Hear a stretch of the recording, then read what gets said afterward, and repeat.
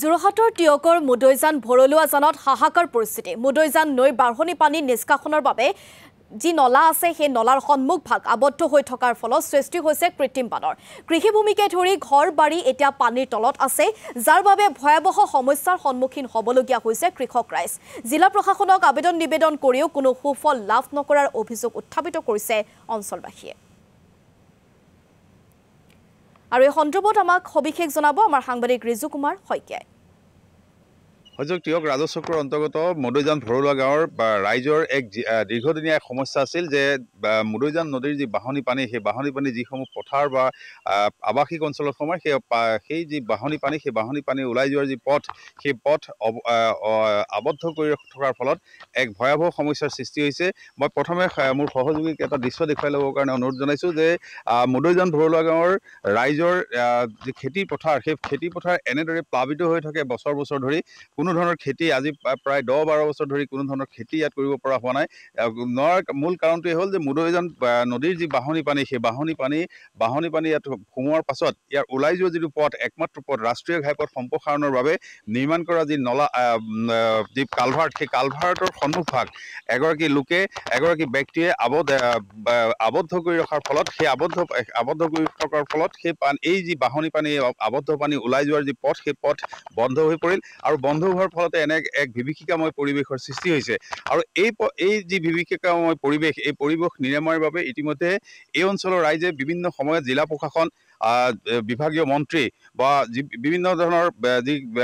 বিভিন্নজনৰ ওচৰলৈ গৈছিল, কিন্তু প্ৰত্যেকজনৰ ওচৰত যে তেওঁলোক নিৰাশা হ'ব লগা হৈছে।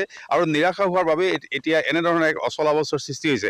এজন স্থানীয় ব্যক্তি আছে, মই তেওঁৰ কাষলৈ পোনে পোনে যাব বিচাৰিছোঁ। কি ক'ব, কিমান দিনীয়া সমস্যা, আৰু এই সমস্যাটোৰ বাবে আপোনালোকে এই মুহূৰ্তলৈকে কেনেকুৱা ধৰণৰ পদক্ষেপ গ্ৰহণ কৰিছে? এইটো সমস্যা আমাৰ 2000 চনৰ আগৰ পৰাই আছিলে। 2004 চনত ৰাষ্ট্ৰীয় ঘাইপথৰ ওপৰত এটা কালভাৰ্ট নিৰ্মাণ কৰি এই পানীখিনি ওলাই দিয়াৰ ব্যৱস্থা কৰা হৈছিলে। সেই পানীখিনি ওলাই দিয়াৰ ব্যৱস্থা কৰা সুন্দৰভাৱে চলি আছিলে, কিন্তু বিগত 2022 পৰা সেই কালভাৰ্টটো বন্ধ কৰি দিয়া হ'ল, আৰু সেইকাৰণে আমাৰ নদীৰ পৰা যিখিনি পানী সোমায়, সেই পানীখিনি ওলাই যোৱাৰ ব্যৱস্থাটো নাইকিয়া হ'ল। ইতিমধ্যে আমি এই যিটো আমাৰ সমস্যা সম্পৰ্কত SDCৰ পৰা আদি কৰি DC মহোদয় আৰু চৰকাৰৰ উচ্চপদস্থ যিখিনি বিষয়া আছে, তেখেতসকলৰ লগতো আমি যোগাযোগ কৰিছোঁ। সদায় আমি আশ্বাসেই পাই আছোঁ, আশ্বাসৰ বাদে একো কাম হোৱা নাই আজিলৈকে।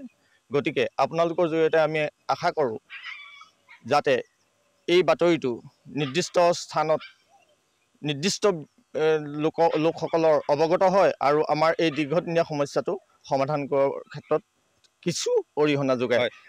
ধন্যবাদ জনাইছোঁ। দুৰ্যোগ প্ৰশমন বিভাগ বুলি এটা বিভাগ আছে, ব্যাগম বিভাগ আছে। এই বিভাগটোৰ আচলতে নখদৰ্পণত আছে এই ভয়াৱহ সমস্যা। ইয়াৰ পাছতো কিন্তু জিলা প্ৰশাসনৰ তৰফৰ পৰা বা দুৰ্যোগ প্ৰশমন যি বিভাগ, এই বিভাগটোৰ পৰা কোনো ধৰণৰ ব্যৱস্থা গ্ৰহণ নকৰাত আচলতে এইসকল ৰাইজৰ এতিয়া নাজল নাথল অৱস্থা। আন এজন ব্যক্তি আছে, কি ক'ব, কেনেকুৱা ধৰণৰ সমস্যাৰ সন্মুখীন হ'ব লগা হৈছে?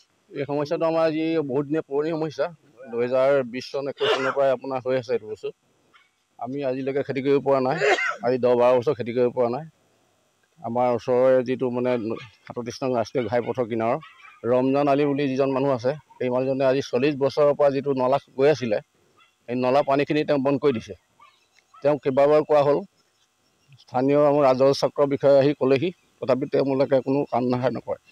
আমাৰ জিলা উপায়ুক্ত মহোদয় যোৱা বছৰ আপোনাৰ অৰ্ডাৰ দিলে খান্দিবলৈ, কিন্তু আমাৰ SDC মহোদয়ে আজিলৈকে কৰিব পৰা নাই কামটো।